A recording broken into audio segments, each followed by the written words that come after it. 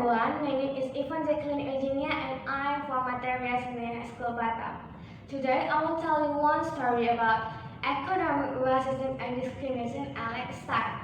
Work out the wedding plan. One day in environment, lived two best friends were Amy and Betty who lived next to each other. They didn't come the same society. Amy come from the rich, wealthy family, and Betty just come from a poor family. Life went on and they went to different schools. Amy went to large private school, good teacher, good kids, well resources, and she got a private tutors too. Meanwhile, Betty, she went to public school, where resources were lacking, but Betty kept working hard. She studied almost every night and worked at the cafe to help her parents to earn money. After they graduated from high school, they went to same university. Amy managed on because her parents' money, but Betty joined with the scholarship that she went for. College went well. Betty and Amy got more closer as best friends. But Amy's parents were never satisfied with what Amy achieved because jealous with Betty, who always got better in college quick. Still the same, Amy's parents gave Amy a private tutors. Amy also learned harder, but Betty never stopped learning until they got the same grade. After they graduated from university, they got a job in the same place, in the same positions. Betty managed on because her ability and achievement. Amy didn't actually pass the job admission test, but her parents have connection to the job boss of the company. And the boss of the company also like Amy because know that Amy from the rich wealthy family. Betty was discouraged that she can't be successful like Amy because from the start, Amy has given a good job position even though she joined with family connections.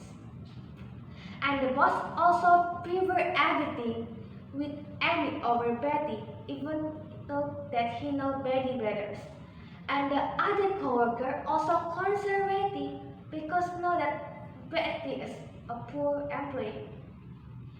Amy became arrogant and pretended not to know Betty anymore. For too long, economists have avoided issues over racism and discrimination. Our innate instinct is discrimination doesn't exist.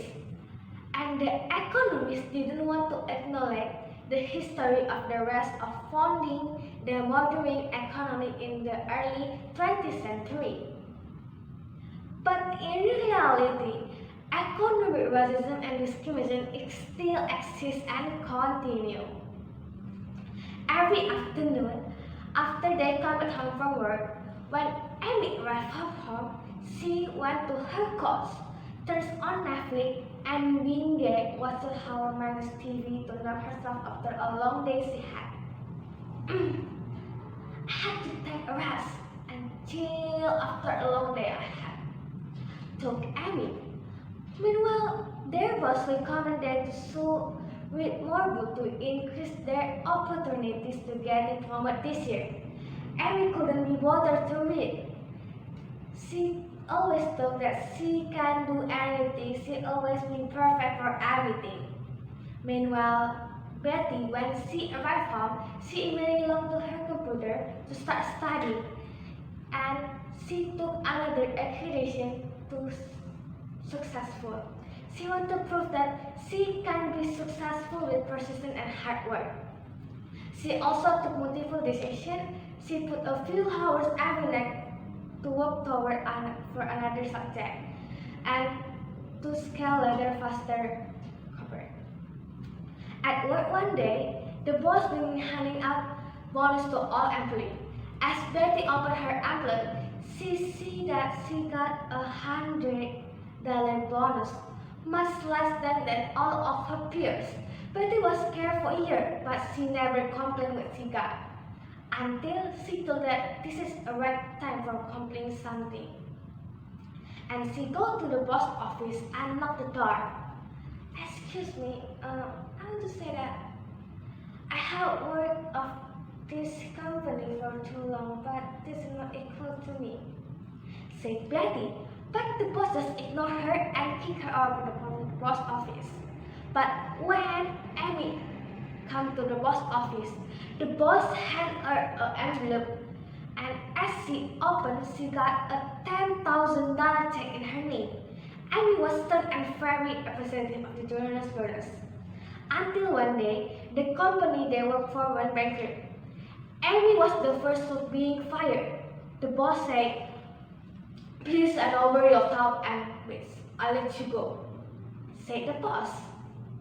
The Amy was very shocked and stressed that how can she pay her bill and rent if her income is gone? She always thinking that having a job is meaning having job security.